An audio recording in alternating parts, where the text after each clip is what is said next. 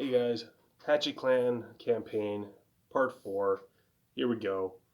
Our heroes decide to head south to Thunder Lake, this strange lake that has a consistent roll of thunder over it. They head south, and after a brief period of time, they run into a madman, a previous soldier of the army, who's been here for apparently an extremely long time. They get a little information out of them, but decide that it's not worth their time to continue on with this line of investigation. Let them go. They move on, have a rather restful night. Yeah, have a rather restful night, but they sleep near a stone circle.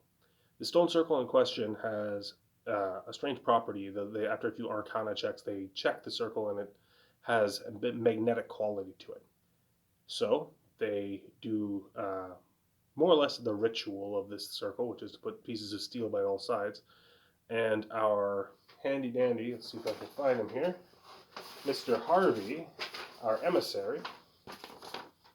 Let's see if I can. This gentleman here, he uh, figures this whole thing out and puts a piece of steel by all sides, borrowing some of the other players' tools, and it makes all of the. There's a light, a very loud thrumming sound, like whoa, whoa kind of sound, and all the steel combines together into a ball right above his head. As a matter of fact, almost got hit by it, and it crushes down to an extremely small size and then drops onto the ground. After he uses a identify, he's able to figure out, hey, this is like kind of like a almost gravity or magnetic grenade. So that'll be interesting to see if how that is used later. They move on throughout the night, and then they have their sleep. Then the next morning, uh, they start their morning. Everybody's rip roaring ready to go, and they miss a log trap. So they get hit by logs, and drops two of the party members. They just get knocked right out, which is really frustrating because now they more or less have to spend the night there. They pull the party members free of the debris. They stabilize them with med kit, and then they have to take a long rest or a short rest, a full night's sleep. So they start sleeping, and then the wolf shows up. Same one from the other night, big bad wolf kind of character. He shows up and he's carrying an axe, and they're like, "Oh, that's kind of odd." And he's like, more or less, pay the toll, and you can walk free. And then Yama, our wonderful superstar, there's a picture of Yama doing a cool kick. Sorry, you have a bit of a background image there. So Yama decides to challenge this wolf dude to a game of hacky sack, and the wolf is intrigued. So they play back and forth, but this wolf can't get out of its head that they're not supposed to catch this thing in their mouth, being a part dog. They think that that's part of the game. So after a few rounds, Yama wins, even after the wolfman says, "Oh, no, best 2 out of 3. Come on, come on." But they lose, and they are a little salty about the whole thing, but they're still honoring their word and not wanting to fight against two pretty powerful characters. So like, you know what, best leave good enough alone. We may see more of them later.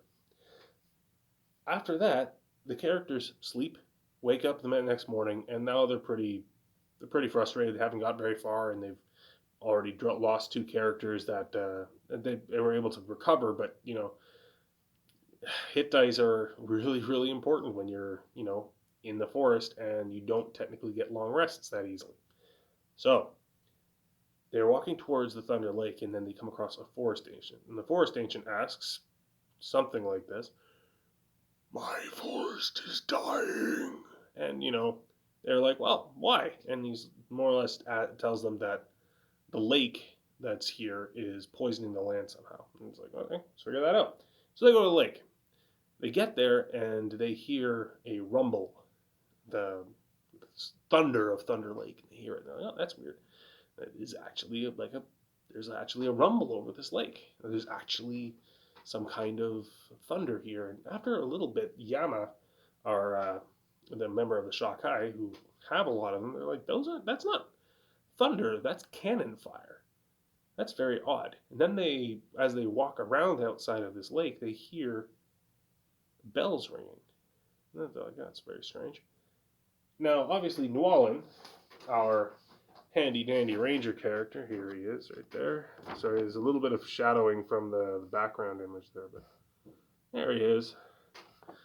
Our ranger character, he does a little bit of a walkabout, and he's fishing for a little bit, and he catches like a cod, and he catches another kind of fish called, I think it's called a sauger or something like that, and he pulls two of these things out, and after a little bit of research, they're like, these aren't proper fish. These are saltwater fish. These are ocean fish, and they taste the water, and yeah, it's salt water. They're like, this is weird, right? So they walk around the outside of this lake, and they finally get to the village. They get to it right in the middle of the night and convince the locals, can we stay the night? And the locals, being kind of friendly, these are Empire citizens that just happen to live overseas. So they're like, yeah, sure, why not? They let them stay in the old lighthouse. But they also notice that there's multiple lighthouses that have been built. And it seems like each one got to about halfway, and then the water had risen past where it was, and then they had to build a new one. And they built about four now. And each one is only about half completed. So there's all these strange spires going out into the water. I'm like, oh, that's strange. In the morning, they talk to a Disavara. Disavara is a little obsessive and describes to them the intricacies of the water rising. Now, he using a magnifying glass and this strange chart he's built up on the side of this box that keeps the waves out. He shows that the water is rising, but it rises every like 2 hours, and then every second 2 hours, the water raises, but you can't see it raise. It just appears like it was always there. So he's like, that's really weird. I don't know why that is. And I gave him kind of Dr. Light's voice from Mega Man 8, so he's just horrible to listen to. Even one of my favorites to do. Anyway, so they sleep there, they wake up, talk to this gentleman, and then they hire a ship and they go out into the water and they go fishing. Llewellyn is just in his element, and there's just like it's kind of a nice calm day, everybody's just fishing, and then the 2 hour mark hits, and there's a rolling fog over the lake. And that rolling fog, within it, they hear cannon fire, and they see shadows of ships in the distance as these cannons ring out. And then they hear a bell toll 6 times. They're like, well, that's really weird. And they keep casting out and stuff, and they try to keep their heads down. But then after a little bit, the fog just blows away. It's like a clear day again. And they're like, that's really strange. What's going on here? And they cast out into the water, and finally, Llewellyn snags something that he can't pull in. The boat kind of stops. They're not in huge boats. He's trying to pull this thing, and he just can't get it up. And he tries to pull this thing up, and he's just like, I'm snagged. And he realizes that his string is not quite unbreakable, but very close to it. So this boat ain't going anywhere unless he's going out of it. So they send our emissary down, who is now using his crocodile charm to breathe underwater for an extended period of time, jumps into the water, climbs right to the bottom, and he finds a piece of a painting sticking out of the water. That's weird. He pulls it out, and comes to the surface, and he's holding this painting. And they're all looking at it, and this was super fun as a DM, because I know what's going on, they don't. And I'm watching super closely what's going on here, right? And Ben's looking at it, the player, my buddy Ben, is looking at the painting, everyone's looking at it, and I'm waiting for the moment, right?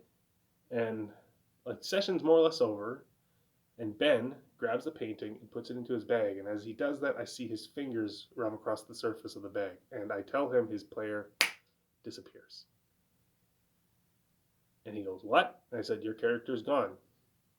And yes, this is Super Mario 64, and I don't care. It's a super cool premise. And then all the other players on the boat are like, what? Wait, what? So everybody whips out their sheets again, like, what's going on, right?